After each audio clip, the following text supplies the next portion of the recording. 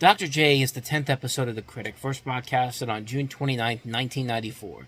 It was written by John Vitti, who is another one of those guys you may not know as a name, but you have definitely seen his work before. I mean, he's written a lot of classic Simpsons episodes. He was there from the very beginning. He kept writing episodes for the show for a number of years. He was also one of the main writers on The Larry Sanders Show, wrote for some King of the Hill episodes, wrote for The Office, and was a consultant on many Blue Sky Studios and Fox projects like Ice Age, Robots, the Simpsons movie, the two Alvin and the Chipmunks movies, and the Angry Birds movie.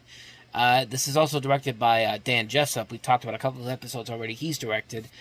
And the storyline of this episode is that Jay's boss, Duke Phillips, is about to unveil this brand new vision of the future when it comes to like classic movies called Duke Vision. And basically what happens is that it's basically like he's taking classic movie clips and classic movies in general and changing the endings around. Like Casablanca has a new ending in this, as well as Smokey and the Bandit called Smokey and the Spartacus. Spartacus, we rigged the chariot of the Centurion. Then let's rock and roll! Nobody gets away from Centurion Buford C. Augustus!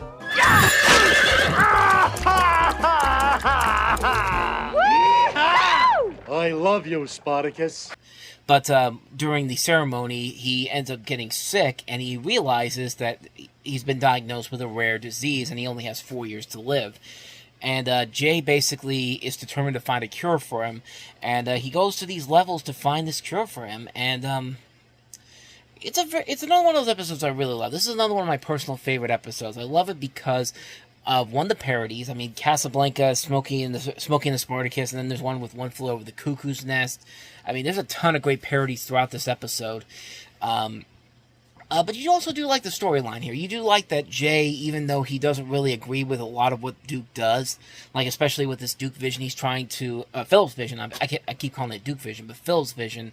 Like, he's not the biggest fan of it, but he's still determined, regardless, to help him figure out a cure for this disease. So he goes to all these extreme levels to do it, which lead to a lot of hilarious moments. Like, there's this moment right from the beginning of the third act where he finds out about this plant. He's just like, this plant could be the thing that could save his life. And then they go to this part of the I think it's the African forest, and like they're about to go and get it, and it's just like, well, he's like being aired in via helicopter, and he's just like, there it is, the plant that will save Duke's life. He's got this fire on him, and he accidentally drops the fire. The forest just engulfs in flames, and like they just completely drop it all together, and it's absolutely hilarious.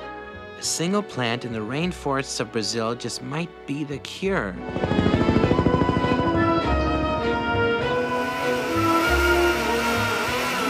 There it is, the single plant that will save Duke's life.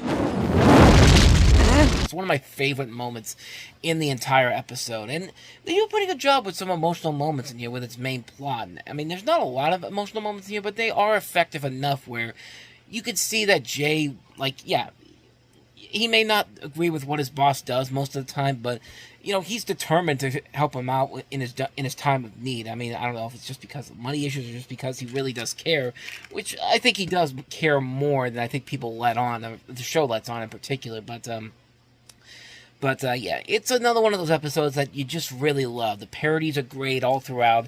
Great humor, well put together storyline, a lot of great hilarious and memorable moments throughout the episode. Some emotional moments too, and it really is a lot of fun. It's a really fun episode. Definitely love this one. Can't recommend this one enough. Excuse me, sir. The show's over. But I have nowhere to go.